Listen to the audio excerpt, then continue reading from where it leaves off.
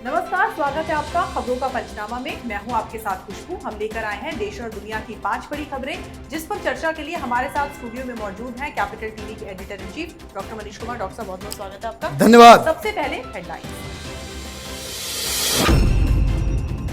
महंगाई के खिलाफ राहुल गांधी की अगुवाई में विपक्ष का संसद तक साइकिल मार्च। बीएसपी और आप रहे बैठक से दूर।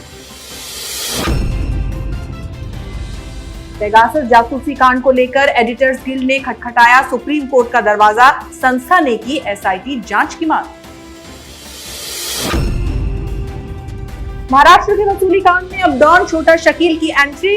पूर्व कमिश्नर परमबीर सिंह के खिलाफ चल रही है जांच। दिल्ली में विधायकों की सैलरी में बंपर बढ़ोतरी। 54 की जगह 90,000 करने का प्रस्ताव। और पीएम मोदी के स्पेशल गेस्ट होंगे भारतीय ओलंपिक खिलाड़ी। स्वतंत्रता दिवस पर लाल किले पर करेंगे मुलाकात।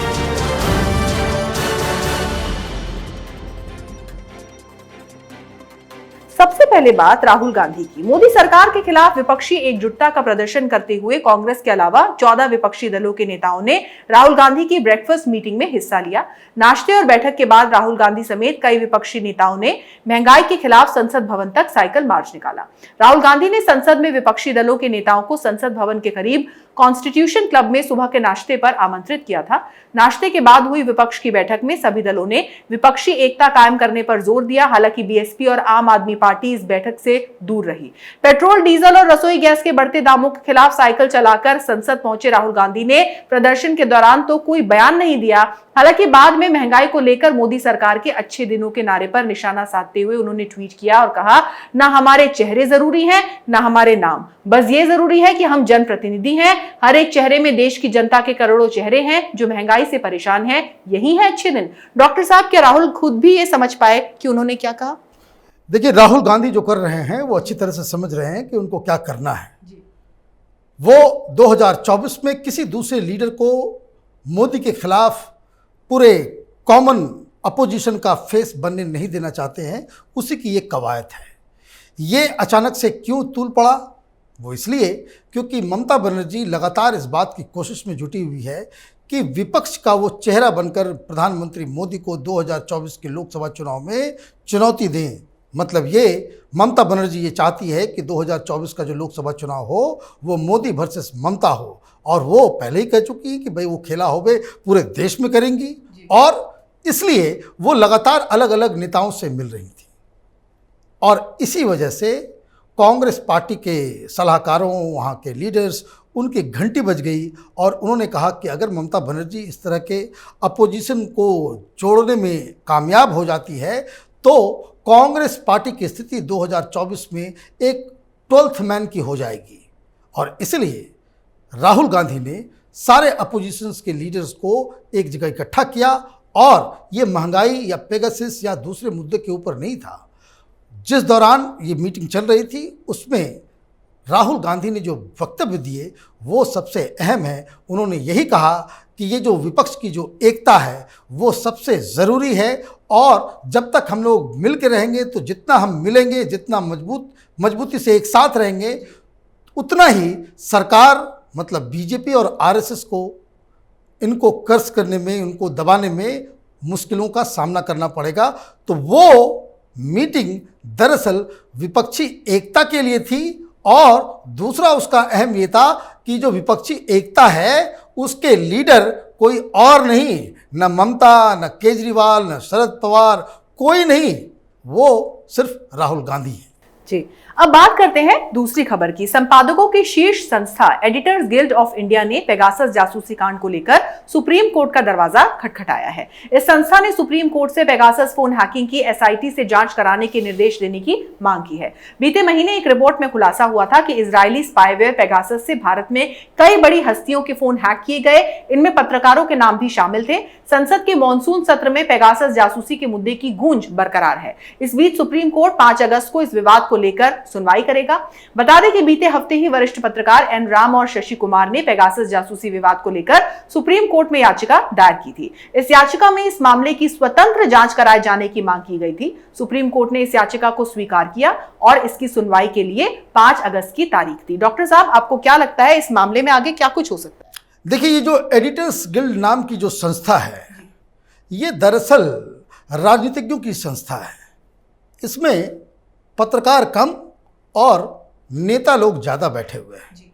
अब ये एन राम और शशि कुमार ये तो पहले ही पहुंच गए हैं। अब आपने ये कह दिया कि भाई पत्रकारों के भी सेल फोन के ऊपर जो है वो पेगासस का जो है अटैक हुआ है, इसके सबूत कहाँ हैं?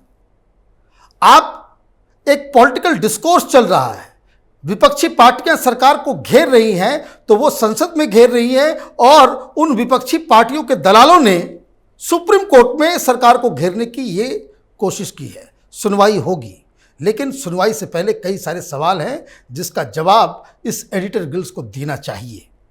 पहला सवाल ये है कि किसी पत्रकार ने, जिसका नाम आप दावा कर रहे हो कि उनकी जासूसी की गई है, किसी के फोन का कोई फोरेंसिक जांच हुआ है? और ये सरकार भी इन सवालों से क्यों बच रही है, मुझे समझ में नहीं आ रहा। एसआईटी की मांग कर रहे हैं, आप एसआईटी कर दो। और जिन जिन लोगों ने ये कहा है कि मेरी भी जासूसी हुई है, मेरी भी जासूसी हुई है, इन सब के फोन को जब्त करके उसको फोरेंसिक जांच के लिए भेज दिया जाए। दूध का दूध, पानी का पानी हो जाएगा कि पेगासस उनके फोन में है या नहीं है।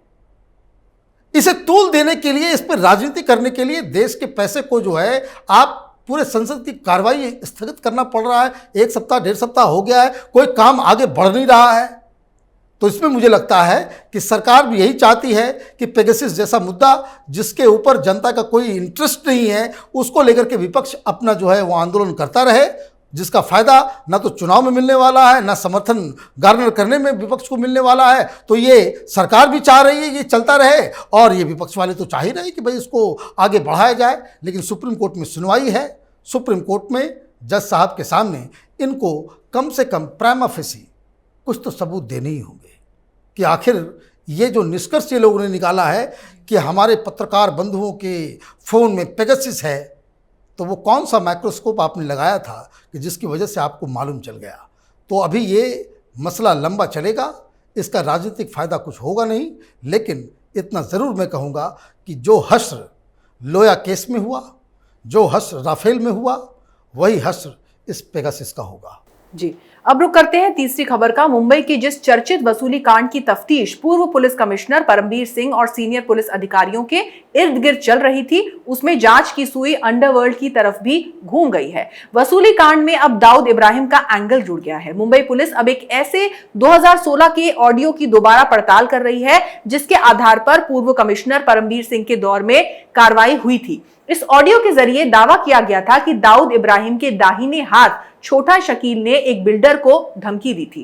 गौरतलब है कि मुंबई पुलिस के पूर्व कमिश्नर परमबीर सिंह समेत 6 पुलिस अधिकारियों के खिलाफ मुंबई के मरीन ड्राइव पुलिस स्टेशन में वसूली का मामला दर्ज हो चुका है। इस मामले में शिकायत करने वाले शख्स का नाम श्याम सुंदर अग्रवाल है। श्याम सुंदर अग्रवाल के मुताबिक उसे फर्जी मामले में फंसाया गया और गलत तरीके से मकोका का मामला दर्ज किया गया। श्याम सुंदर अग्रवाल ने आरोप लगाया था कि उसे और उसके परिवार को धमकी देकर वसूली की गई, जिस ऑडियो के आधार पर 17 फरवरी 2021 को मुंबई पुलिस ने श्याम सुंदर के खिलाफ मामला दर्ज किया था।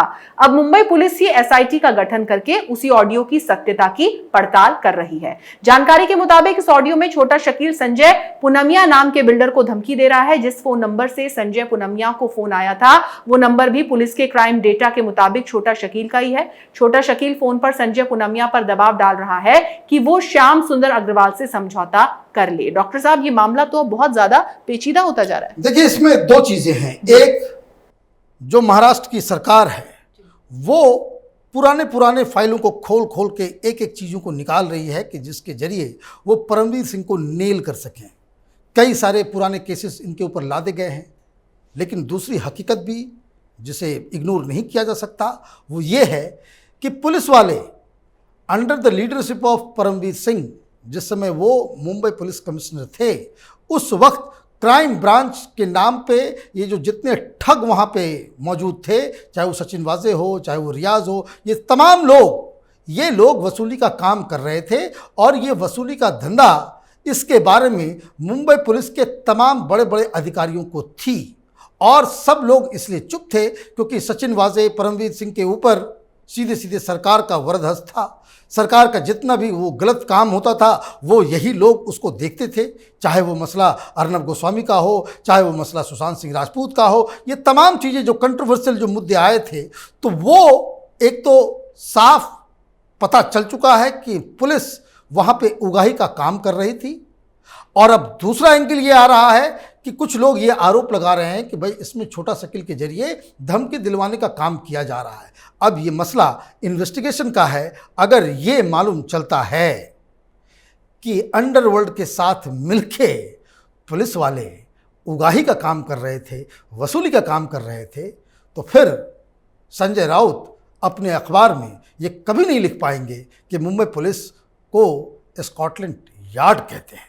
जी, अब बात चौथी बड़ी खबर की। दिल्ली सरकार ने विधायकों की तनख्वाह में बम्पर बढ़ोतरी का फैसला लिया है। नए फैसले के मुताबिक अब दिल्ली के एक विधायक को प्रति माह 90,000 रुपए मिलेंगे, जिसमें सैलरी और भत्ता सभी शामिल होंगे। दिल्ली कैबिनेट ने मंगलवार को इस प्रस्ताव को मंजूरी दी। दिल्ली कैबिनेट के मुताबिक अब विधायक की प्रति माह सैलरी 30,000 रुपए होगी। पहले ये 12,000 रुपए तक थी। वहीं वेतन भत्ता मिलाकर ये सैलरी 90,000 रुपए हो जाएगी, जो अभी तक सिर्फ 54,000 रुपए थी। साल 2015 में दिल्ली सरकार ने विधायकों के वेतन बढ़ाने का कानून दिल्ली विधानसभा के पास करके केंद्र सरकार को भेजा था, जिसको केंद्र सरकार ने अस्वीकार कर दिया। तब केंद्र सरकार ने विधायकों के वेतन और भत्ता के मामले में कुछ सुझाव भी दिए थे। अब इन्हीं के आधार पर दिल्ली कैबिनेट ने इस पर मुहर लगा दी है। डॉक्टर साहब, इस फैसले को किस तरीके से देखते हैं? इस फैसले को उस तरीके से देखा जाना चाहिए कि जो बात अरविंद केजरीवाल ने चुनाव से पहले अपने आंदोलन के समय वो कहा करते थे कि मैं घर नहीं लूँगा, बंगले नहीं लूँगा, वेतन नहीं लूँगा, समाज सेवा करूँगा, भ्रष्टाचार नहीं करूँगा,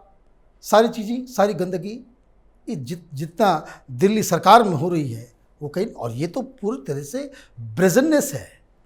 आप एक साफ सुथरी सरकार देने का वादा करके आए थे। आपने ये वादा किया था कि जनता के पैसे का इस्तेमाल हम लोग अपने लग्जरी के ऊपर इस्तेमाल नहीं करेंगे। जो वेतन मिल रहा है हर राज्य में उसी तरह से कुछ ना कुछ व्यवस्था है, और अचानक से ऐसा क्या हुआ कि आपको ये फिर से करना पड़ रहा है? आपने पिछली बार भी किया था, केंद्र सरकार ने मना कर दिया, अब फिर से आपने ये काम किया है। तो इसका मतलब साफ है कि अरविंद केजरीवाल के कथनी और करनी में बहुत फर्क है। जी, अब रुक करते हैं आखिरी खबर का। टोक्यो ओलंपिक 2020 में भारत का प्रदर्शन अभी तक मिला जुला रहा है। 11 दिन के खेल के बाद देश को सिर्फ 2 ही पदक मिले, जिसमें एक वेट लिफ्टर मीराबाई चानू तो दूसरा बैडमिंटन खिलाड़ी पीवी सिंधु ने हासिल किया।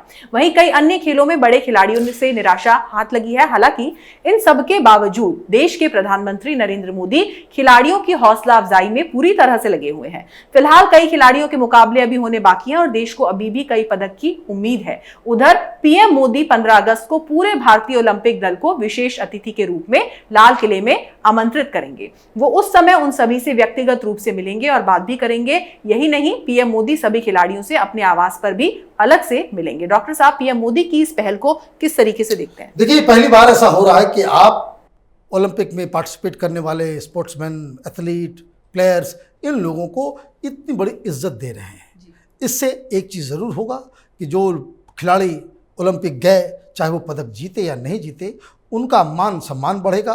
एक अच्छा मैसेज समाज में जाएगा कि अगर आप खेल को भी अगर अपना करियर आप बनाते हैं तो हिंदुस्तान में उन्हें इज्जत दी जाती है। पहली बात तो ये पहला एक इनोवेटिव आइडिया है। एक अच्छा इवेंट भी हो जाएगा, टेलीविज़न पे दिखाया जाएगा और प्रधानमंत्री मोदी हर चीज़ को अपने अलग अंदाज में करने के लिए वो फेमस है, तो ये एक काम तो होगा। दूसरा, जो खिलाड़ी जो निराश होकर के वापस लौटे हैं उनके लिए ये ज़्यादा इम्पॉर्टेंट है कि आप हारने के बावजूद आपको यहाँ की सरकार, हिंदुस्तान के लोग आपको इज्जत देते हैं।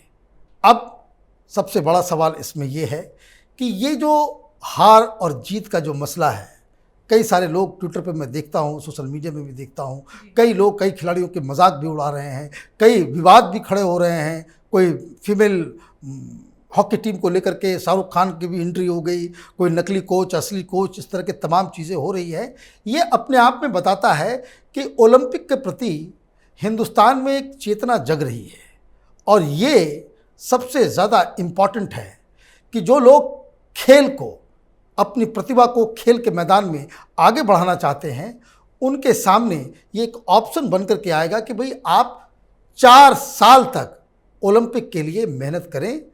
मेडल आसानी से नहीं मिलते हैं और इसीलिए मुझे लगता है कि ये जो सारी चीज़ें जो हो रही हैं, उसका पीछे का जो मकसद यही है कि जो युवा हैं, जो खेल में अभी एंट्री कर रहे हैं या प्रैक्टिस कर रहे हैं या जिन्होंने ये ख्वाब संजोगे रखा हुआ है कि उन्हें ओलंपिक में पार्टिसिपेट करना है, उन लोगों को एक बहुत बड़ा इंकरेजमेंट मिलेगा। जी डॉक्टर साहब, बहुत बहुत धन्यवाद इस तमाम जानकारी के लिए। धन्यवाद। तो खबरों का पंचनामा में आज के लिए बस इतना ही। देश विदेश की तमाम खबरों के लिए आप देखते रहिए कैपिटल टीवी। हमें लाइक करें, शेयर करें और कैपिटल टीवी को सब्सक्राइब करें। नमस्कार।